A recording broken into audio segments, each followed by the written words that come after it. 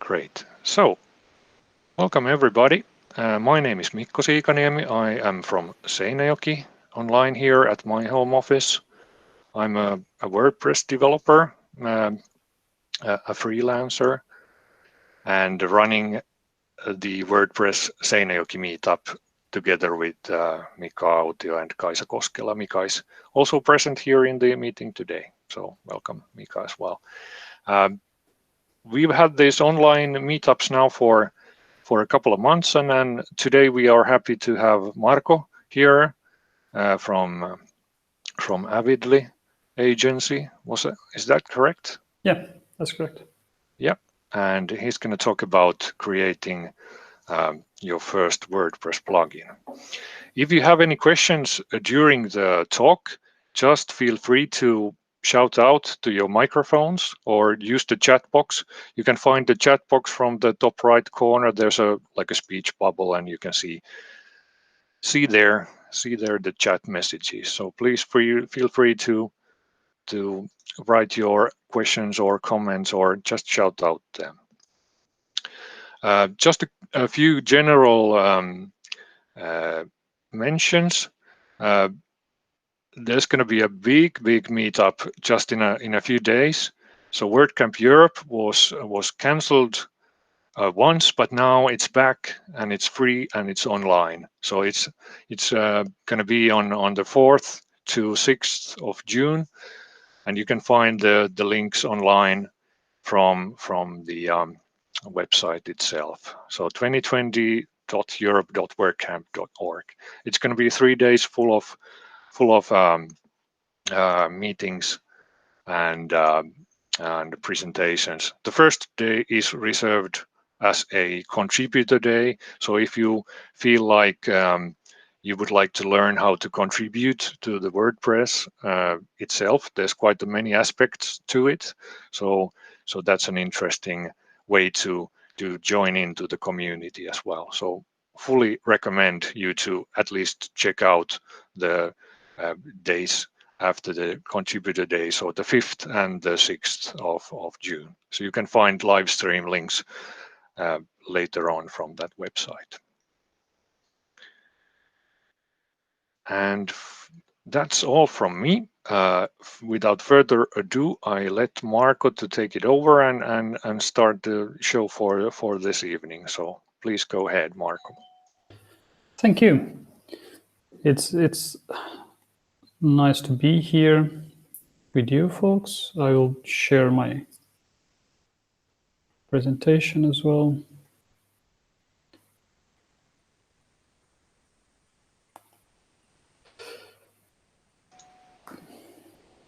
Okay, can you see?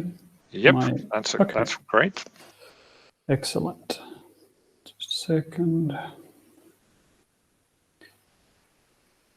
Okay, so actually, this is I've made this presentation in the Helsinki Meetup in January, if I remember right, and I actually made that presentation because Mikko asked me to, and I didn't have the chance to present it here yet.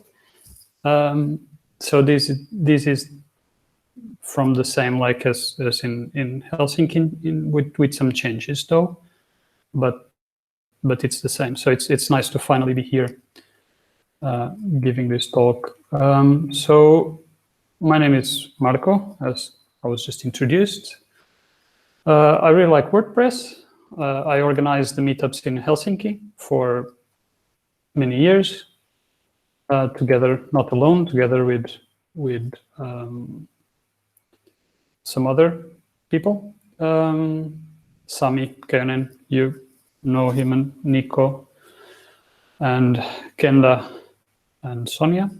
And I've organized, I organized as well the WordPress WordCamp Nordic event last year. And I was as well organizing WordCamp Finland and WordCamp Helsinki before. So yeah, I spend quite some time with the WordPress community. For work, I am a lead developer at Avidly, and I work. We are an agency that does a lot of things, and WordPress is one of them. And I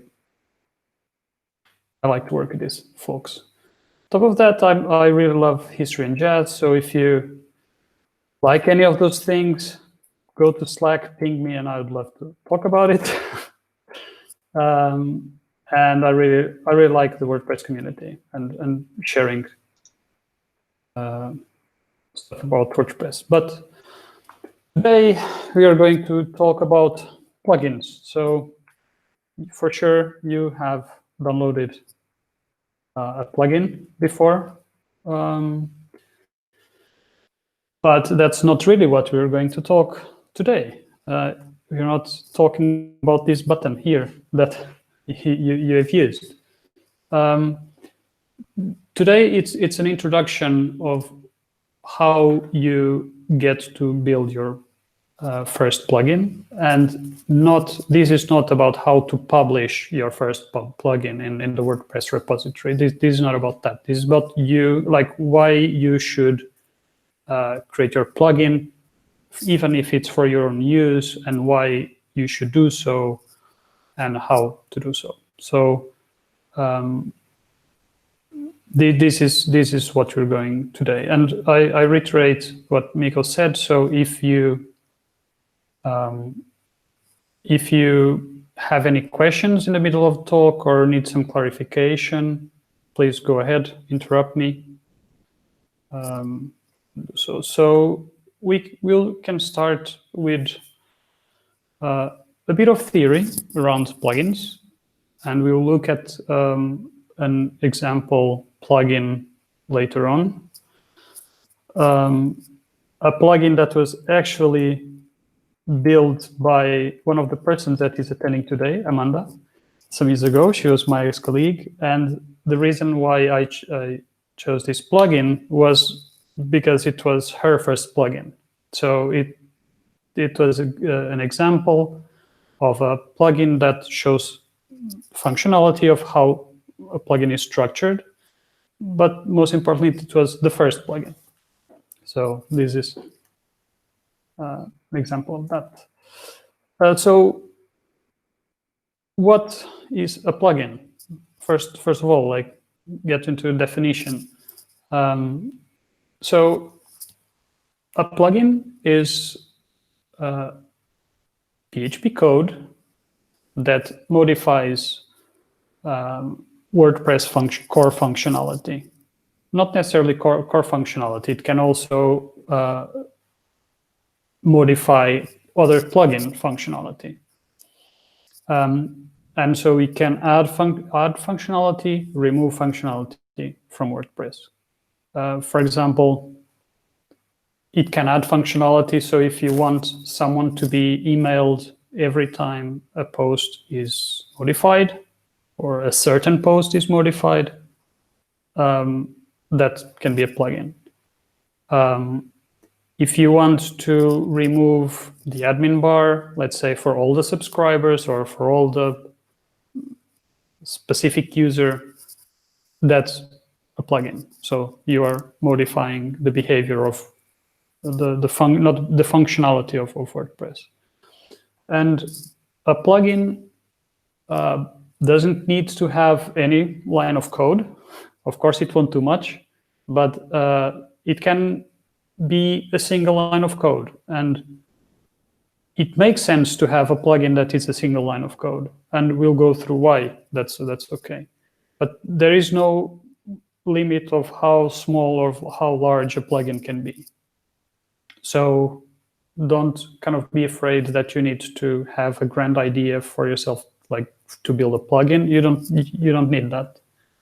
And the plugin can also, so it can extend also on the admin interface. So the changes are not restricted to any to the front end or to some backend functionality. No, you can also modify the admin interface as well. So plugins are one of these three parts, main sections of WordPress, right? So you have the WordPress core, you have the themes, and then you have plugins. In this case, we will look into this conflict sometimes between like what is theme code and what is plugin code. And that can be tricky sometimes, but we'll go through that. But how then does like the plugins interact with themes and core? Because the code that you have inside the plugin needs to interact. And that is done using hooks. And I'm not sure if you know what hooks are, so I'll just go through that. So hooks are some points in WordPress code, maybe other plugins once again, or WordPress core or a theme, that you can hook into and attach functionality or your own behavior to these specific points of execution. There are two types of hooks. There are actions and there are filters. So an action is just when something happens, do this. And a filter is when something happens, you get a value and then the purpose is to change the value or not, depending on something. But we will also check some filters later. Some examples of this, of hooks. For example, it runs when a plugin is activated. When you click the button activate, some hooks are executed, so you can attach your own functionality there. When a theme is loaded, the same. When you save a page, or the example I gave before, when you just modify, there are like a lot of different hooks that you can look into the documentation, that they, in all aspects of WordPress, there are hooks. And you can also create your own hooks. And this is something very useful in a plugin. If you don't want to create settings, which in WordPress is not very, I would say, the way to create admin pages and settings pages is not the easiest or most logical. So if you don't want to have that overhead the first time you make a plugin, you can just create these hooks, your own hooks, so that they can be changed in code instead, the same settings. So once again, like this is like the add action, just some reference there for you, and add filter. So I have some examples here of some hooks, some examples. So the one that most of you probably have used, the first action is WP-enqueue script that you use on a plugin, but you also use on a theme so that you can enqueue different assets, let's say JavaScript and CSS. And then for another example, when you save a post or when you insert a new post. So you can do something. For example, I will use the same example of the notification. So you may want to notify someone when a new post comes or something else. Let's say make a tweet every time a new post is added. And filters, you can change the data as I explained. So whenever the get categories function runs for you to get a list of categories, you have a filter with the same name in this case that allows you to modify the output of that function. The same with when you add a new post, and when you have after you log in, it will redirect somewhere the page. So you can also use a filter for that. And this is the core of a plugin functionality. A plugin won't do really anything if you don't hook the plugin into WordPress.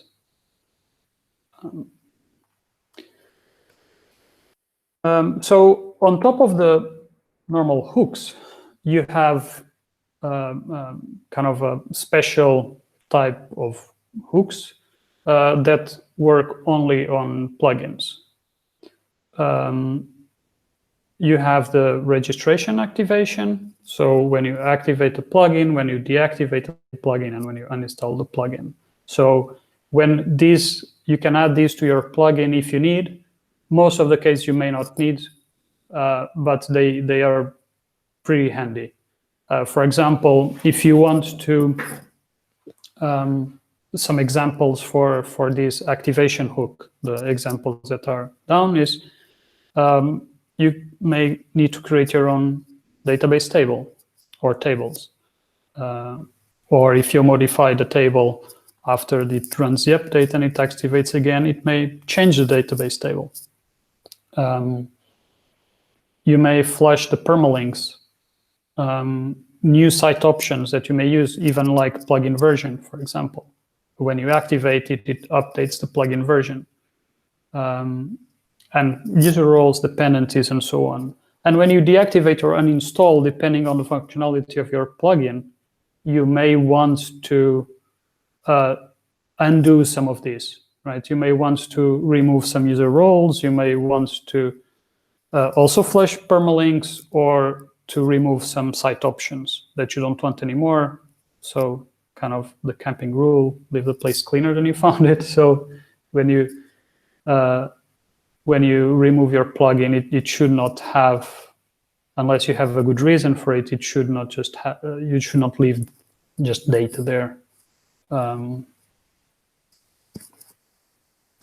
Right.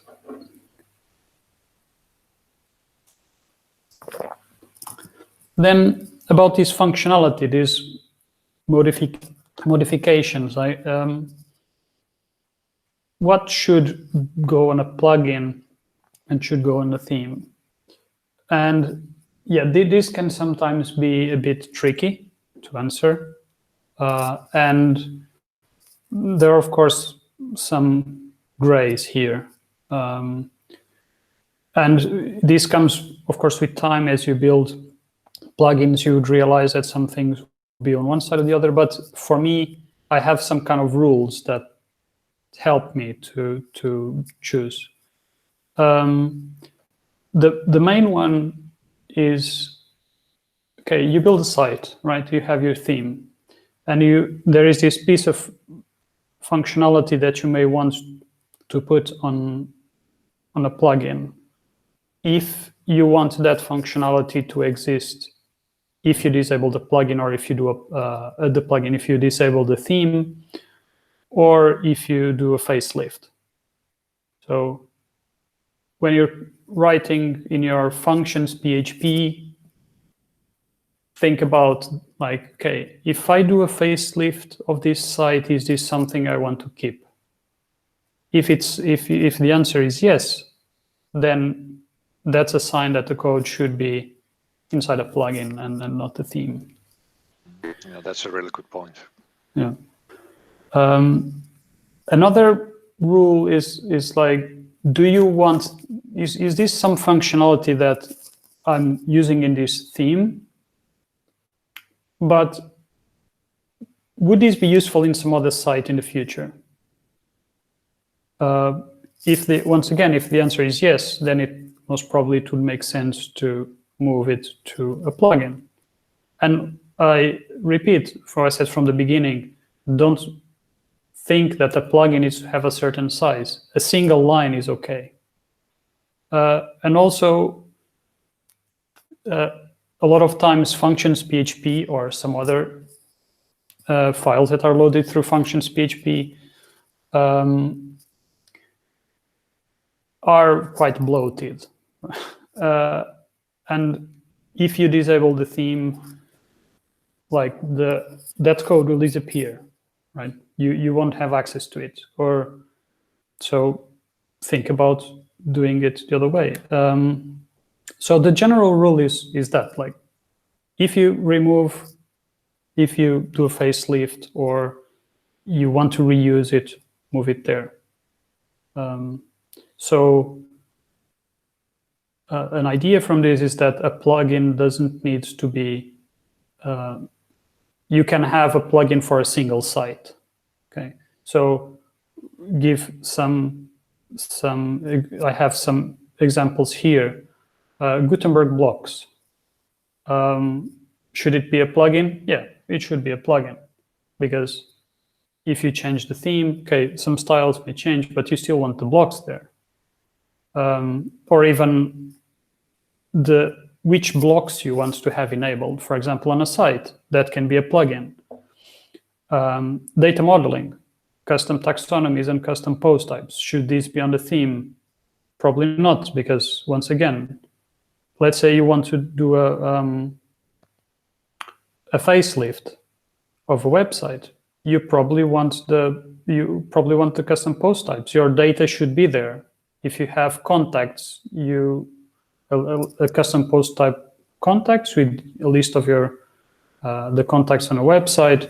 You don't want those contacts to disappear just because you are changing the site, the visuals of the site.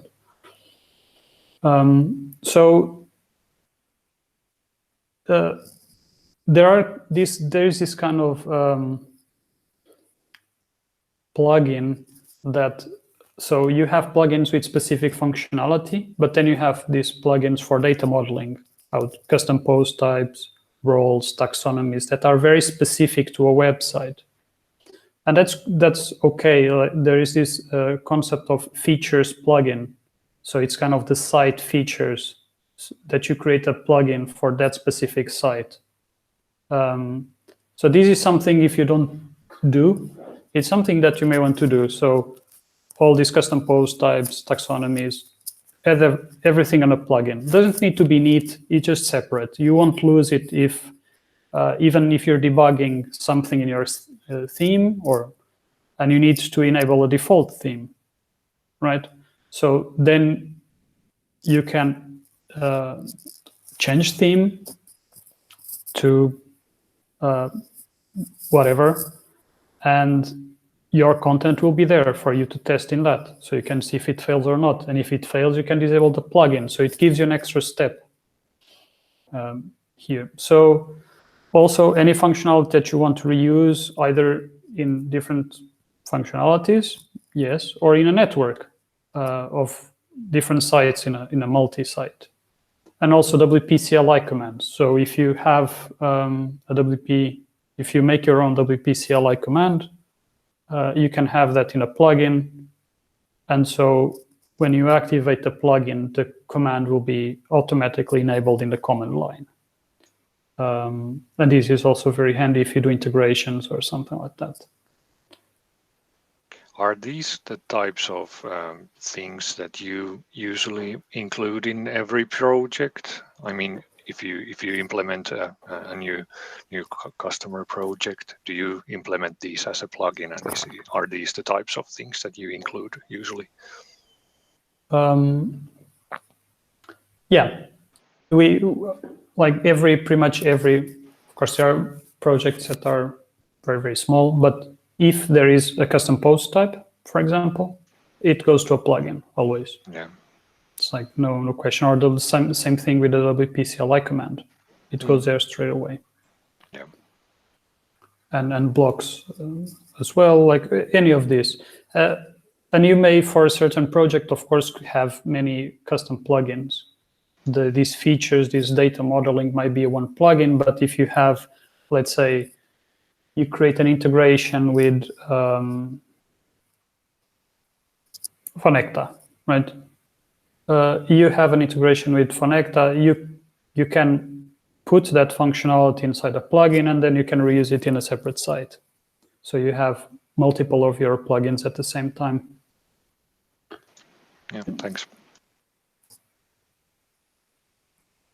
Then that was not the whole story. So there is other kind of plugin, which is these must-use plugins, and these work on a network level. So if you create a WordPress network, then these are plugins for that kind of architecture. They are a bit different, so it's a bit tricky. They use these they are called MU plugins, and they used to be multi-user plugins, but then at some point the history was rewritten, and now they are must-use plugins. They don't really have deactivate process. You just add them to a certain folder, or you remove them from the certain folder and they are loaded, and that's it. And yeah, they don't live in the same place that normal plugins live, so they have a different location. They are always loaded before a plugin, before the other plugins run. And so they are the first thing that runs on a website. When WordPress loads the code, this is kind of right there at the top. And it will, when you install a MU plugin, it will be enabled always on all the sites of your network. So yeah, unless you install it, it will always be there.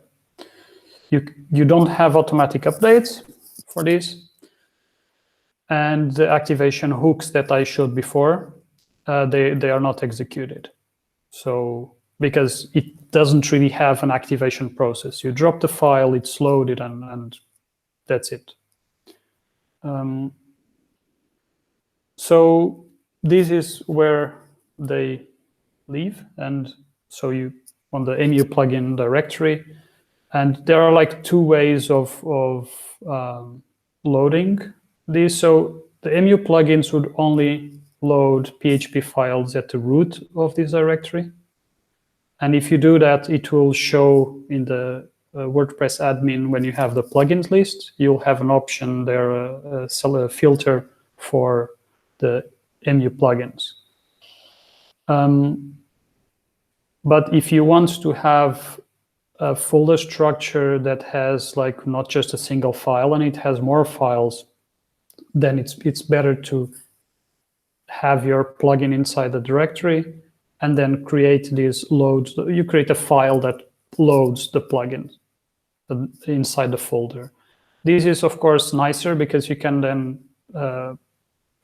you can have like more complex MU plugins, but it has an issue is that you will lose you can't see them in the admin anymore.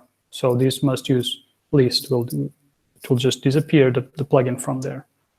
So just something to, if you build one and then you see that, oh, it doesn't show in the admin, you just know why. So what should be a plugin or a MU plugin? Well, here it's really, is this something you want to enable in all the sites of a network? Let's say you want to remove the editor role for all the sites in your network. Then yeah, this is a MU plugin, because you don't want to manually install. Let's say you have 50 subsites, right? You don't want to manually go there or to do it individually with WP CLI. So you just go and install it once, and it works for all the subsites. It's really handy. And once again, don't worry about the size as long as it's useful. This means that if you want to make a change to that code, then you only need to do it once, and as well, and it will automatically be there. You don't even need to deactivate or anything. So sorry, yeah. Just a question about this. So what kind of functionality do you usually include as a must-use, an MU plugin? Well, for example, XML RPC, the execution, for example, that's something that can be removed entirely. Yeah. Things like disabling bars, admin bars for everybody, Yeah. a certain role across websites. That's something that you can also do. Yeah. Even like, for example, one case we have this integration for a client, and so you kind of want if all your sites depend on something, some integration or something like that, you want to put it as a MU plugin that you're always sure that it loads for everybody. Yeah. Otherwise it will break. So you can also use it for that. Yeah. There's no way that someone clicks it and oops. Exactly. And you can use must-use plugins on like normal sites, not just multi-site networks. That's correct. Yeah. So I remember I've been using a must-use plugin, for example, to remove accents from the uploaded file names, which usually generate quite a lot of problems if people upload files with umlauts or something very, very weird characters. For example, Mac users and PC users have different types of characters available. That usually breaks something or it doesn't work as intended. So it's best to just remove all those special characters from the uploaded file name. So maybe that would be a handy must-use plugin. Yeah, exactly. So, and the nice thing is that you put it there, you forget it, it will just work. Yeah. And also a question from the audience. Moses asks, what about JavaScript snippets transferred site to site in plugins, maybe jQuery extensions of backend functionality? Do you think it's okay to bring in those in a plugin? Yes, of course. Yeah. Once again, like the minimum is PHP, but you can have CSS and JavaScript there, and it can be in a plugin or an MU plugin. As long as these criteria fit, then it's fine. It can have the example I will show. It loads some JavaScript, it loads some CSS, it adds options. So it's not a problem to have JavaScript on a plugin. Great, thanks. Okay, so going now to some more to the practice after some theory here. So what are the requirements for you to start building your own plugin? Okay, very simple. So you need to know, or you need to want to know some PHP as a base requirement. As also, of course, if you need in your functionality, JavaScript as well and CSS. You need a WordPress installation. You may have your local environment, being like local or MAMP or whatever that you choose, and you need a text editor, and that's it, nothing else, and you can build your plugin. And you add the code to this place, so you create a file or a folder inside the plugins directory, which is by default in this /plugins, but not necessarily. And depending on some hosting settings, it may be somewhere else. So if you, it's always, you need to check this constant WordPress constant value is the WP_plugins there, and that's why you should check also. Like, so inside your plugin, don't assume the plugin is installed inside the /plugins, or don't assume stuff like that. Always look into these WordPress constants to figure out, because let's say between if you use Mac, Linux, or Windows, these may change depending on your hosting. When you put the site live, this might change. So think about this and don't hard code. Now, code structure. So how to structure your plugin? Is there a structure? No. So WordPress enforces zero structure on to create a plugin. There is really nothing. And this can be a good thing. This can be a bad thing.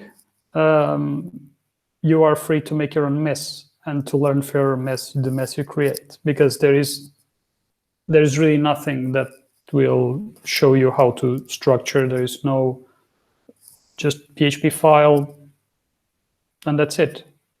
And one thing though for code, for the structure that I suggest is prefix everything. So if your plugin is called, WP Seinäjoki plugin, prefix either all the functions with WP Seinäjoki underscore and then the name of the function, or use PHP namespaces to wrap the functionality inside. In this case, for example, there would be WP Seinäjoki namespace, and then you just put the functions without prefix inside. And this is important because it has happened, for example, with me in the past and with a lot of people that complain, and sometimes it's not the easiest thing to find, is that your function names will be the same as some other plugin or some other something. Let's say you have your own plugin, you add a function called register, and it's not a very unique name, right? There might be a lot of people who might have register in their, or load in their, as a function in their plugin. So then you'll get a PHP error because you will try to redeclare a function and that will fail. So prefix everything so that you're sure that this you won't have any issue when you install a plugin or a theme or something like that. In terms of structure, if you want to try something that gives you some sort of structure and you use WP CLI, there is this command for scaffolding a plugin. So you just write WP scaffold plugin and then the slug of your plugin, and it will create some structure with some grunt and Git ignores already there and the readmes and so on. So it will already give you some basic structure for you to start working. I think there are also a lot of other starter plugins that give you some structure. That's up to you how you want to do, but really WordPress, it just gives you zero limitation here.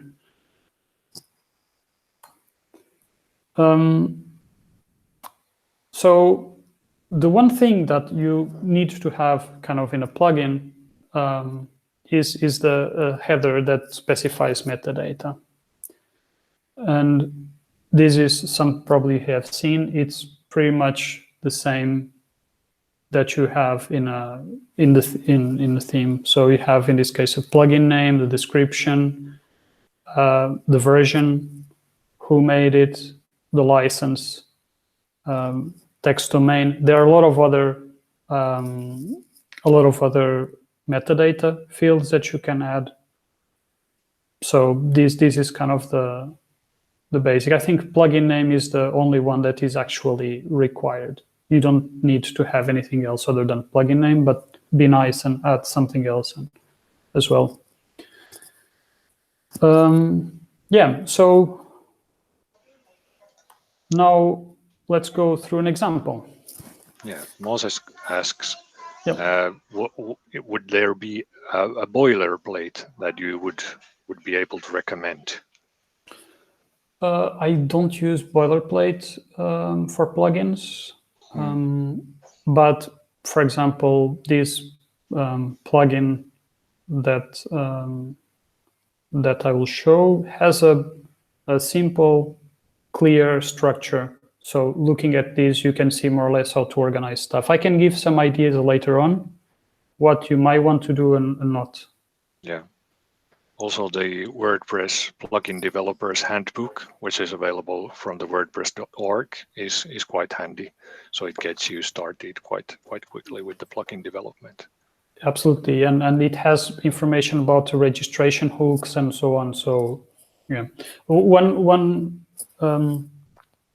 kind of idea that one thing that you can do is, because a plugin can sometimes become a bit messy with all the hooks, like functions PHP, right? You have a long, it may be at some point that you have a long file, and then with, add action, add filter, and then the function, and it's really hard to tell what is doing what. So a suggestion is to separate between files that actually define code and files that run code. So if you have, this of course makes sense if you have a more complex plugin. So then this helps, and also helps if you have a WP CLI command that you don't then want the filters to run, because then the code is executed through command line. So it's an idea. I will stop sharing now and share my window. So that shows some code.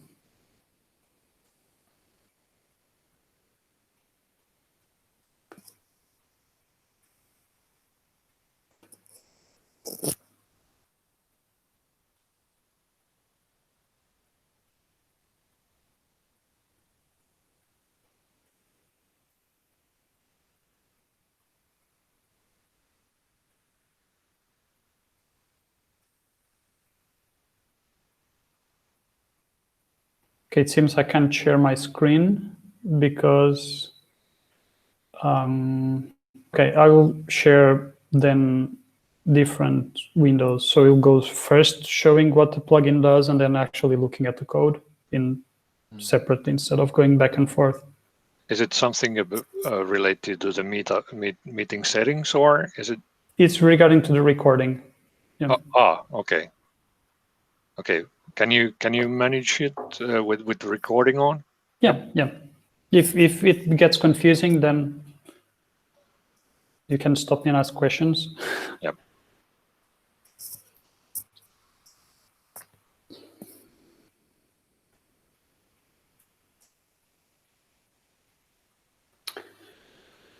Okay, so you can see now, right? Yes. Okay, so this is the plugin that we are going to look into. It's a plugin that, as I said, developed by Amanda. It's here today. And this adds just the social icons to pages. So you can add a function to a template, and then it will display there. And I'll show you then how it works on the front end. So it uses the WordPress customizer, which is something I recommend to you all. Like if you have anything, even like for your own custom theme, like if you have something that is on the front end that is going to be about many different, that about the site in general, so not just specific page, then add it to the customizer. So you don't need, I've seen in different sites like adding a lot of options to the, let's say front page, for example, the front page having options for the whole website, right? That's a pattern that I've seen. For example, to select certain color. Well, you don't need an option to create a color to be in the home page, because it will be quite bloated then, that page. And so you can just add a customizer option instead. And it's the natural place for that code. But that was just an extra. So the plugin adds a customizer option, and the customizer option, go to a page. Customizer option allows you to select different social media or sharing options. So you can, and it adds the buttons there for you. And that's it. So let's say I publish these. No. And that's nice with the customizer that you also get this kind of visual element. So now after I edit that, then the icons just show here. Okay, so this is the plugin. It seems that is the screen frozen for the audience now? I can only see your WP admin. Okay. Yes, yes. Okay. No. Yep. Yes. Nice. Exactly. Okay. So I'll repeat this. Yep. Sorry. Please. Okay. So there is the setting in the customizer. Social share buttons that is added through the plugin, and then there are these options for these 5 different share icons. Right. So you can just select it. Thanks to the customizer, it updates everything, and then publish.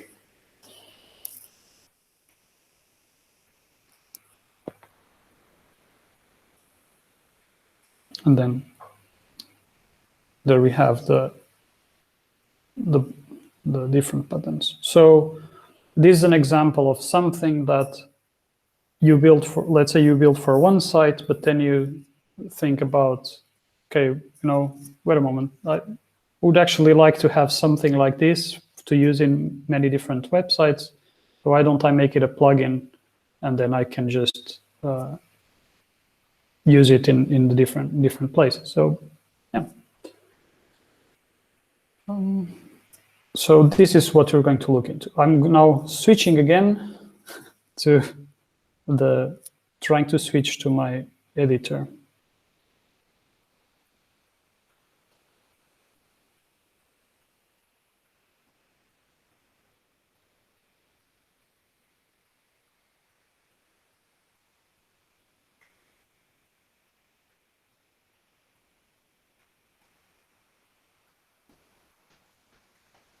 Just a quick shout out to the audience. So put a thumbs up in the chat if you have used the WP customizer. If you ever built anything related to the customizer, just give a thumbs up.